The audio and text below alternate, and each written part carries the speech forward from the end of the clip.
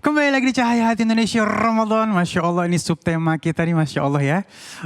Jangan main-main dengan pernikahan. Alhamdulillahirrahmanirrahim, kita sudah bersama guru kita yang dimuliakan oleh Allah Subhanahu Wa Taala, Kiai Haji Muhammad Nur Hayat, pengasuh pesantren Skill. Assalamualaikum Kiai. Waalaikumsalam warahmatullahi wabarakatuh. Bang Ali sehat? Alhamdulillahirrahmanirrahim. Ramadan mau berakhir, makin cerah wajah. Makin cerah, amin. Alhamdulillah, Baik. senang namanya itu. Alhamdulillah. Nah Kiai, ini kalau ngeliatin subtemanya, ini artinya kita akan mengkerucut ke berbagai macam titik nih. Betul. Pernikahan buat main-main, ada yang mungkin nikah kontrak, dan segala macam nih. Salah satunya itu. Baik, silakan Kiai.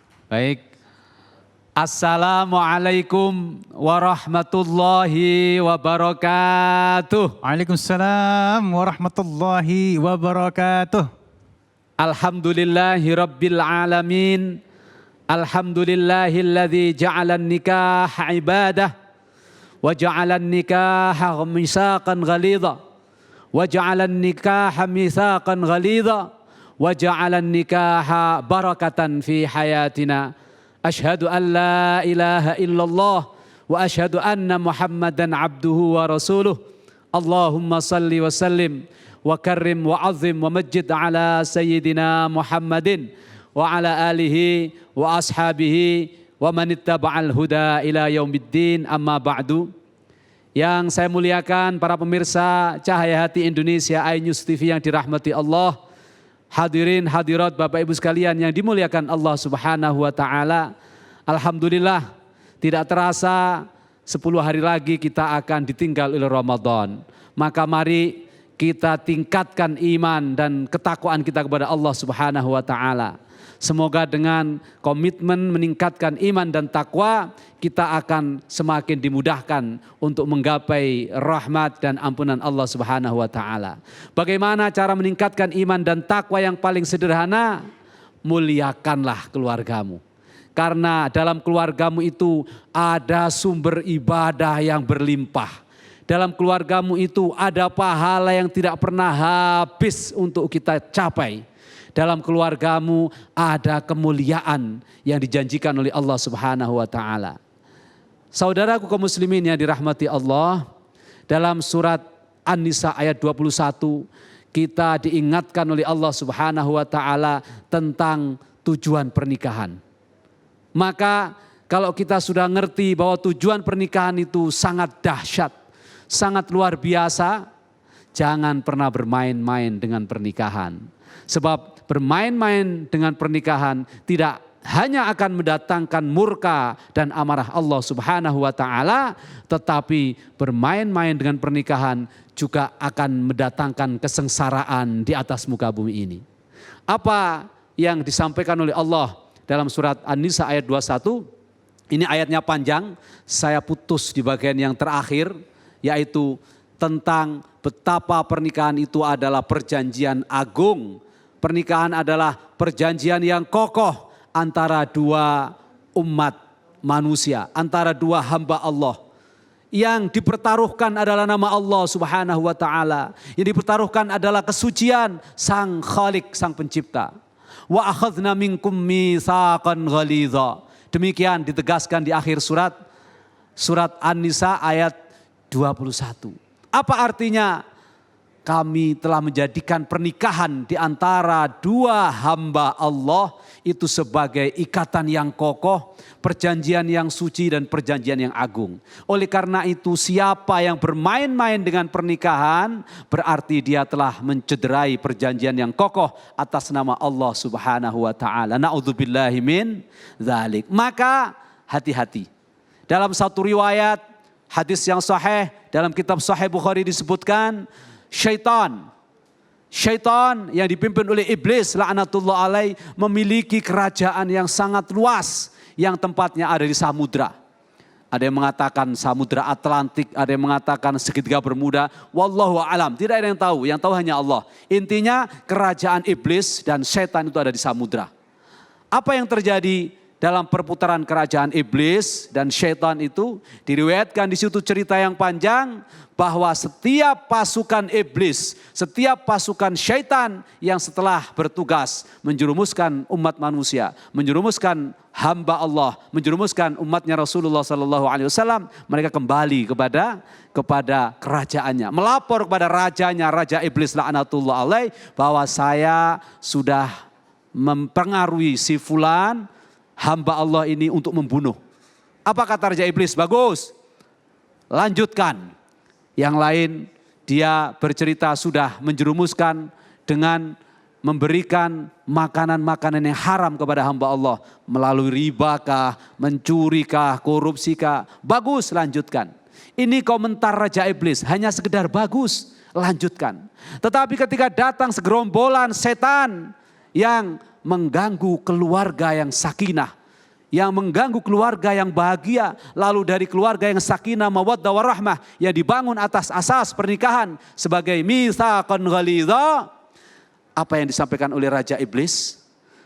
Mereka memuji-muji apa yang dilakukan oleh anak buahnya itu yang telah memisahkan dua keluarga yang sudah membangun kesepakatan indah atas nama Allah dengan ungkapan kamu luar biasa, kamu sangat bagus, maka sekarang kamu duduk di tempat ini, di singgasana ini, stop, berhenti tugas kamu untuk menggoda umat manusia lagi.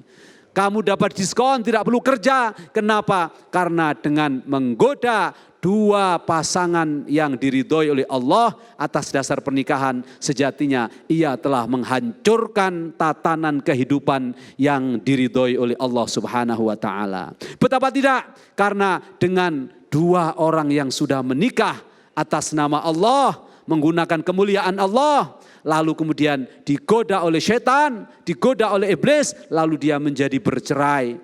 Yang terjadi, dia antara si fulan yang satu dengan fulan yang lain akan menjadi orang-orang yang penuh dengan masalah. Hidupnya tidak tenang, maka dengan masalah dan ketidaktenangan itu mungkin kemaksiatan yang lebih besar akan terjadi. Bisa jadi pembunuhan, bisa jadi pemerkosaan, bisa jadi perzinahan. Bahkan anak-anaknya tidak terurus dengan baik, akhirnya anaknya menjadi anak-anak terlantar. Maka satu pekerjaan bisa melahirkan banyak pekerjaan yang lain. Inilah yang harus dijaga dan harus kita perhatikan baik-baik dalam saat kita menikah.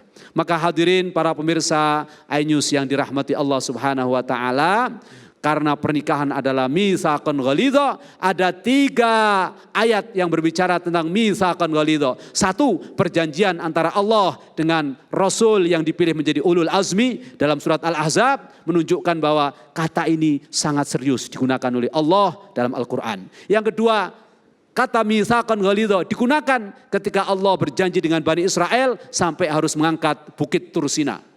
Ibaratnya begini, kalau engkau berkhianat dengan perjanjian ini bukit Tursina gue angkat, gue gebrukkan pada kamu kalau kamu berkhianat.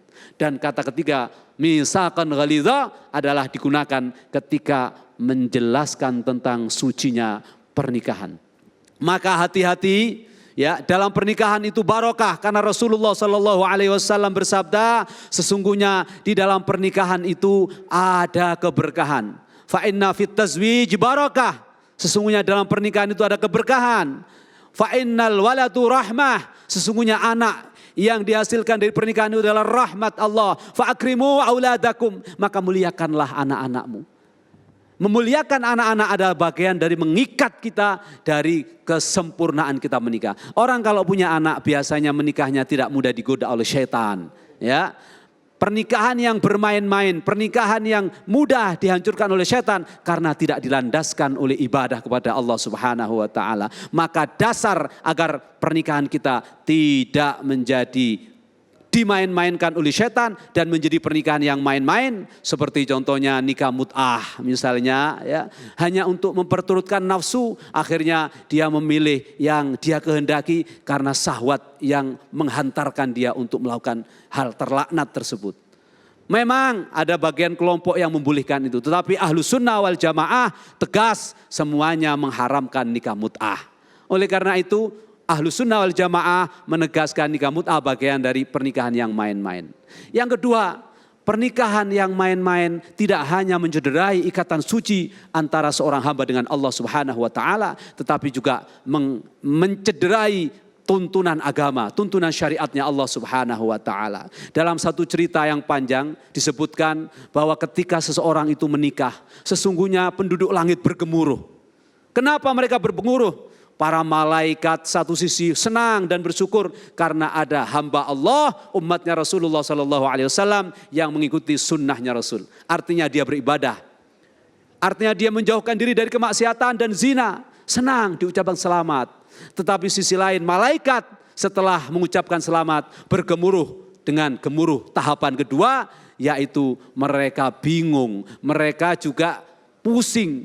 Bagaimana manusia yang mengurus dirinya sendiri saja belum tentu beres di hadapan Allah Subhanahu wa taala, dia harus menanggung urusannya orang lain. Siapa urusan orang lain itu? Urusan perempuan yang baru dikenalnya. Urusan anaknya orang lain.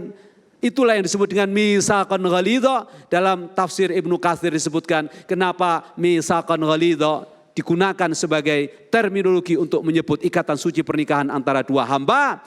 Karena kita yang baru tumbuh, tidak mengenal siapapun, tiba-tiba harus hidup bersama dengan anaknya orang lain yang baru kita kenal. Lalu dengan itu kita harus menanggung kehidupan dunia dan akhiratnya.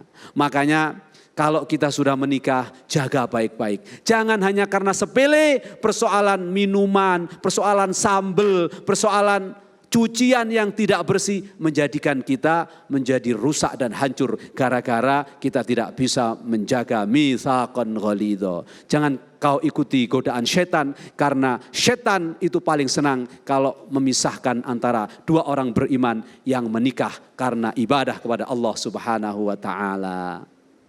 Masya Allah ya, ini artinya memang yang namanya pernikahan jangan dibuat main-main. Gak boleh. Niatkan cinta karena Allah, niatkan ibadah Kiai. Betul ya. sekali. Baik, terima kasih Kiai ilmunya, Masya Allah ya. Dan pemirsa di rumah, nanti kita akan mendengarkan kisah para nabi yang insya Allah akan dibawakan oleh guru kita Syekh Fikri Thariq. Jangan kemana-mana, tetap bersama kami di Cahaya Hati Indonesia Ramadan.